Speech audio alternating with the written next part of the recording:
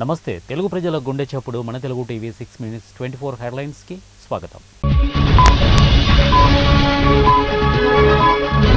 YCP ప్రభుత్వం నిలిపివేసిన ప్రాజెక్టులు మళ్లీ పట్టాలెక్కాలి. మౌలిక సదుపాయాలపై సమీక్షలో సీఎం చంద్రబాబు ఆదేశం.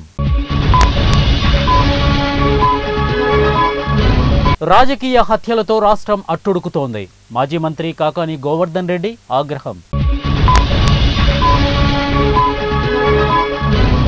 ఏపీకి ప్రత్యేక హోదా వాగ్దానాన్ని కేంద్రం నిలబెట్టుకోవాలి. ఎంపీ అవినాష్ రెడ్డి.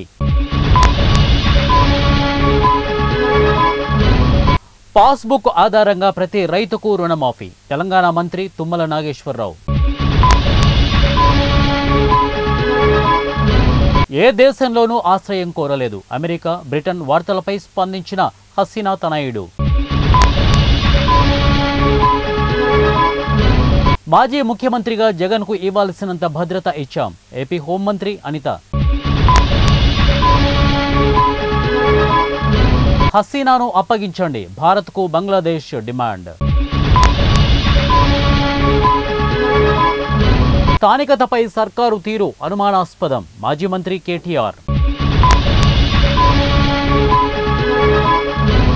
మలిదశ ఉద్యమంలో గద్దర్ అగ్రగణ్యుడు. సీఎం రేవంత్ రెడ్డి. భీమాపై జీఎస్టీ తొలగించండి, ఇండియా కూటమి పార్టీలు డిమాండ్. రెండు రాష్ట్రాల ప్రజల సఖ్యతే ప్రగతికి మార్గం. మంత్రి నారా లోకేష్. త్వరలోనే మహిళలకు ఉచిత బస్సు. ఏపీ మంత్రి రాంప్రసాద్ రెడ్డి. జగన్ చేసిన అప్పులను పునర్వ్యవస్థీకరించాలి. కేంద్రానికి టీడీపీ నేత లావు శ్రీకృష్ణదేవరాయలు విజ్ఞప్తి.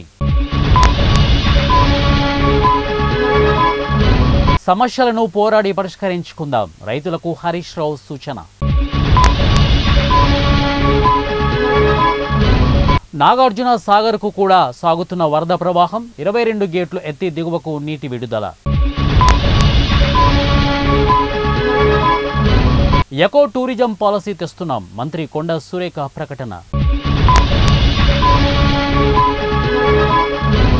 జీవో 33ని ప్రభుత్వం వెంటనే ఉపసంహరించుకోవాలి. వైద్య విద్యార్థుల parents association demand. Godavari phase 2కు ప్రభుత్వం గ్రీన్ సిగ్నల్. జీవో జారీ చేసిన దానకిషోర్. సిబిఐ చేతికి సివిల్స్ అభ్యర్థుల మృతి కేసు. ముమ్మరం చేసిన దర్యాప్తు. స్వాతంత్ర్య వేడుకల్లో మంత్రి అతిషి జాతీయ జెండాను ఎగురవేస్తారు. ఎల్జీకి అరవింద్ కేజ్రీవాల్ లేఖ. మహారాష్ట్రలోని ఆశ్రమ పాఠశాలలో ఫుడ్ పాయిజన్. 250 మంది విద్యార్థులకు అస్వస్థత. పట్టు తోలు వస్తువులు కొనను. సుప్రీంకోర్టు ప్రధాన న్యాయమూర్తి జస్టిస్ డివై చంద్రచూడ్.